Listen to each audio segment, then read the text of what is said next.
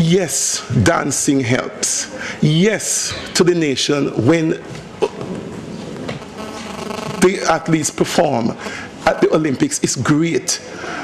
But the impact on the livelihoods of the people, on the way the economy runs, is minimal, I submit.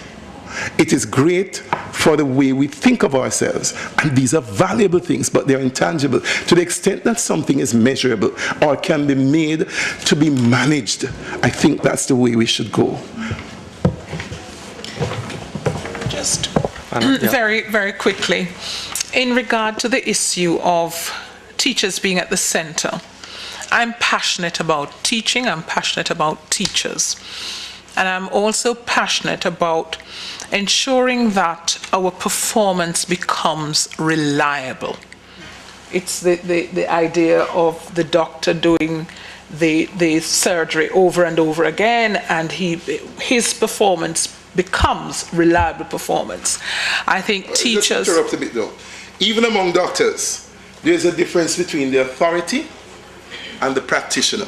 And what is happening is, I think we are beginning to confuse the inputs that practitioners can make, generally speaking, and the necessary inputs that authorities must make in the case of education. But I'm just talking about reliable performance in regard to what teachers do. I do believe that we have a significant body of knowledge that we have not tapped into that could help us to better define our performance and or to improve our performance. That's one.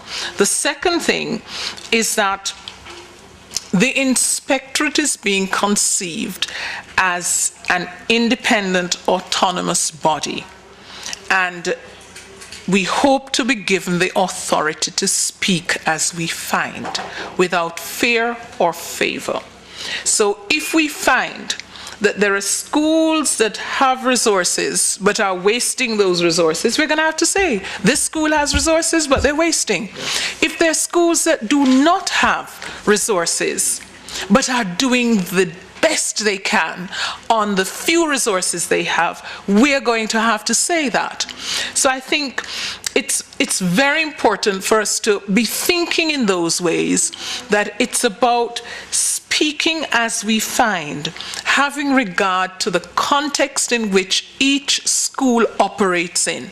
And you're talking about parents, you're talking about students, you're talking about teachers, you're talking about all the participants in the education work of the school. There are some issues, obviously, that we couldn't talk about today, but I do hope that as we go around the country and engage with head teachers, with principals and with classroom teachers, we will get a better sense of the way in which we need to go. Thank you very much, Dr. Foster Allen.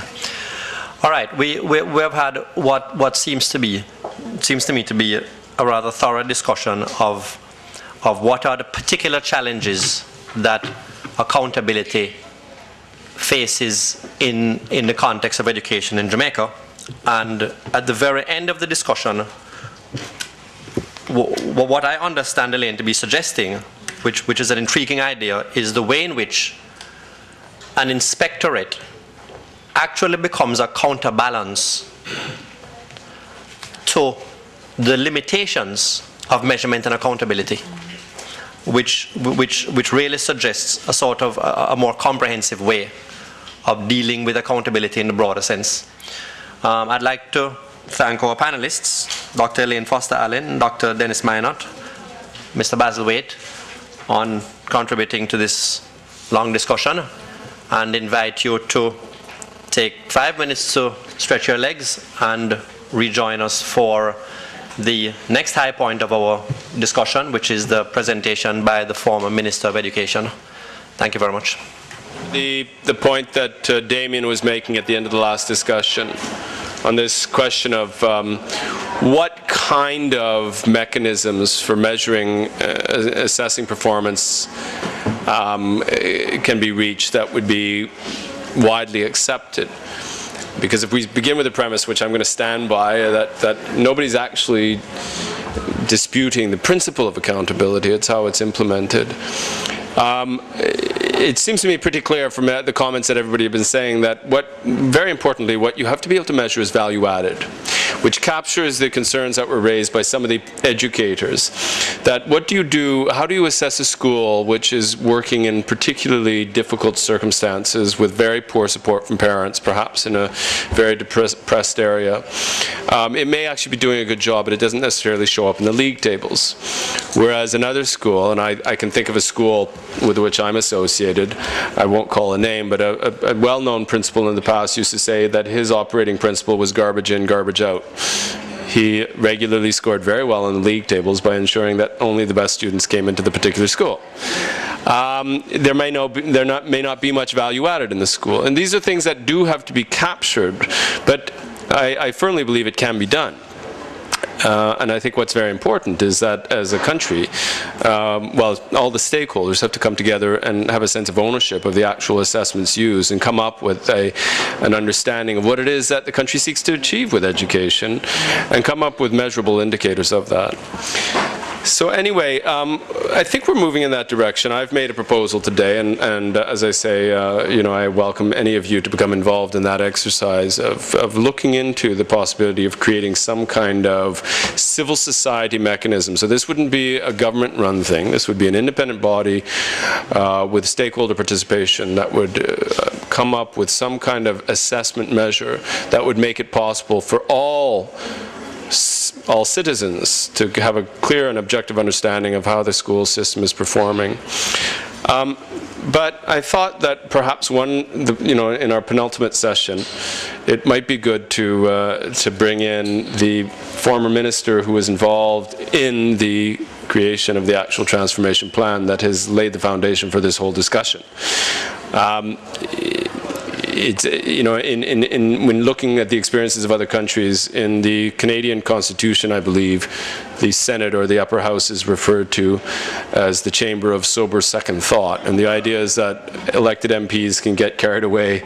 Well, it could be that they're kicked upstairs, or it could be that they are able to reflect and perhaps inject a bit of sobriety. And it is easy to get carried away, you know, that energy that was made, to which reference was made a moment ago about the bright young people coming up and there's tremendous hope, and I firmly cling to that and I agree with that. However, there is a time to have the optimism, or not the optimism, but just the youthful exuberance, if you will, tempered a bit by somebody who's been there and say, these are the challenges you're going to confront in trying to make this a reality.